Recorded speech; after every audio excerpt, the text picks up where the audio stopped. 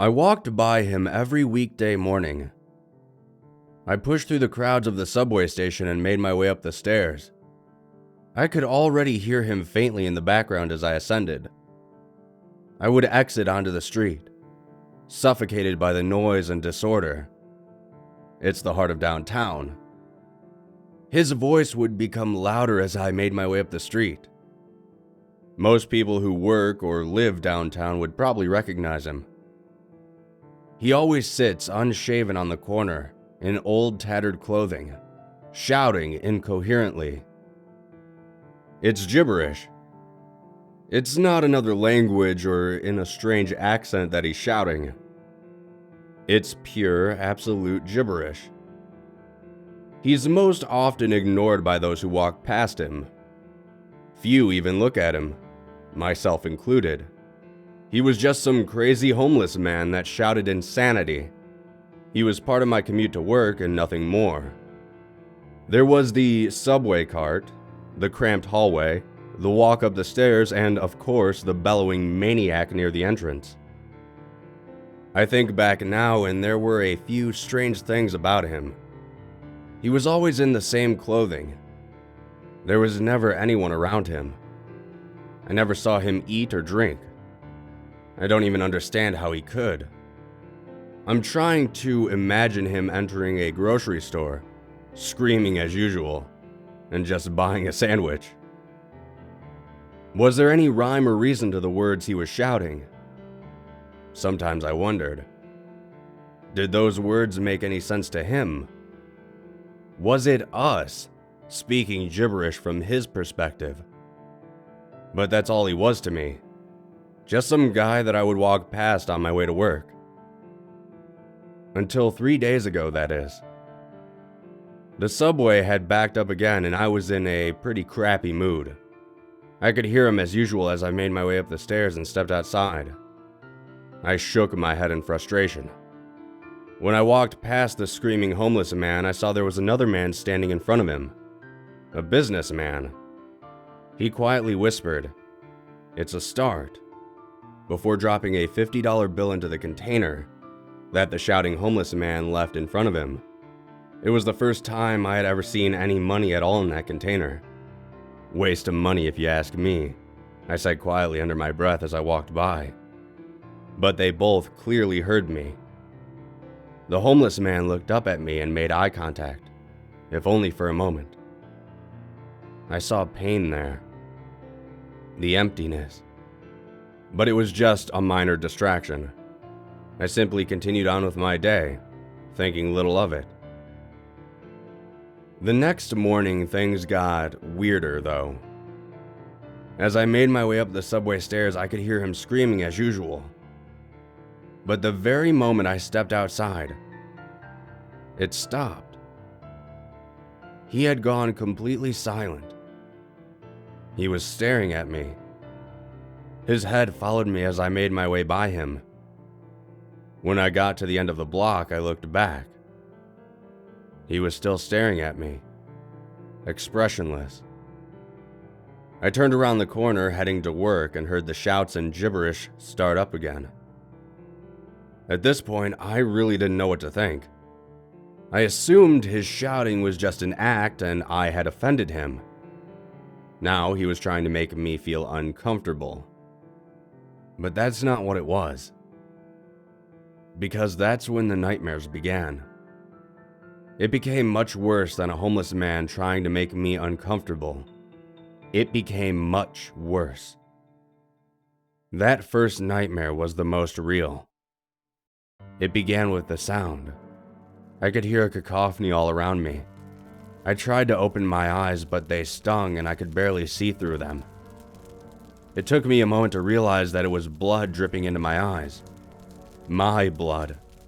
My entire body was throbbing with pain. And there was fire. I could feel its heat burning the left side of my body. I remember screaming from the pain and the horror. And then, I found myself sitting up in my bed, sweating and shaking. I didn't know what to make of it. I had never suffered from nightmares before, and it felt real. It felt so goddamn real. But nightmares have a way of fading into the background as the day progresses. By the time I arrived at the subway station downtown, I had mostly forgotten about it. I walked up the stairs again, and could of course hear the screaming homeless man. I stopped at the exit. Would he go silent again when I stepped outside? I slowly raised my leg and gently stepped outside the door. And silence. He immediately stopped screaming. He was once again staring at me. I shook my head in disbelief. I began the awkward walk past him, thinking that I'll have to start going the long way around the subway station to avoid him. But as I passed him, he spoke to me. Not in gibberish, no. In proper English. What he said stopped me right in my tracks. It scared me far more than I would have been willing to admit at the time. More than I'm willing to admit now. In a clear and concise voice, he said, "If you wipe the blood out of your eyes, you would have seen that you were in hell." I didn't know how to respond to that. What did that mean? How did this insane homeless man know about my dream? Because that's precisely what I remember waking up from. The pain, the blood, the burning, the fire. It was hell. He was right. Was the dream a premonition? Maybe I should have said something to him, asked him for answers. But I didn't. I continued on my way. And that night, I had the same nightmare all over again. But this time it went longer. It began with the sound again. Almost white noise. The blood still in my eyes. The feeling of fire so close to me. But this time I raised my hands and wiped some of the blood out of my eyes. Things slowly became clearer. I was disoriented at first, but eventually figured out that I was hanging upside down, held in place by a seatbelt. There was a passenger beside me. A woman. I didn't recognize her.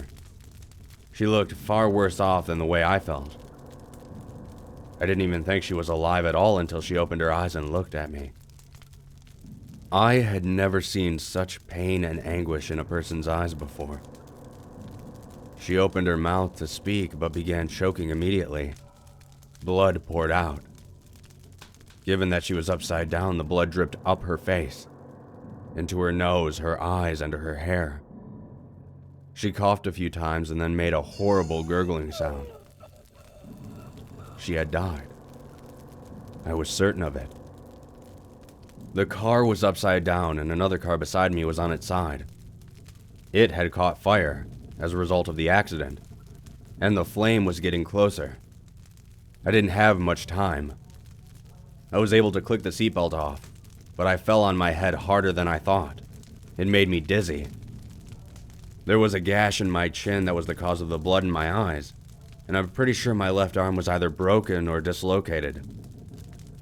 There was no escape outside the driver's side door, so I would need to climb underneath the dead woman to get out the passenger side. And that's when I noticed what was in the back seat. 2 children. Twins, most likely. They were bruised and battered in their car seats, and they were unresponsive. I knew that I was dreaming, but I didn't know what it meant. How could the homeless man know that I had dreamt this? Was this my future? Would I meet a woman, get married, have twins, and then have them die in a horrible car accident? Was this all a punishment? I went into shock. It didn't feel like a dream anymore. It felt like I was really there, living through it. I was trying to imagine how I could possibly move on from a thing like that. Of losing a wife and 2 children in the blink of an eye. I don't remember doing it, but I had made my way outside of the car. A man ran up to me shouting, "Are you all right?" I shook my head and tried to answer him. I wanted to tell him about the woman and the children.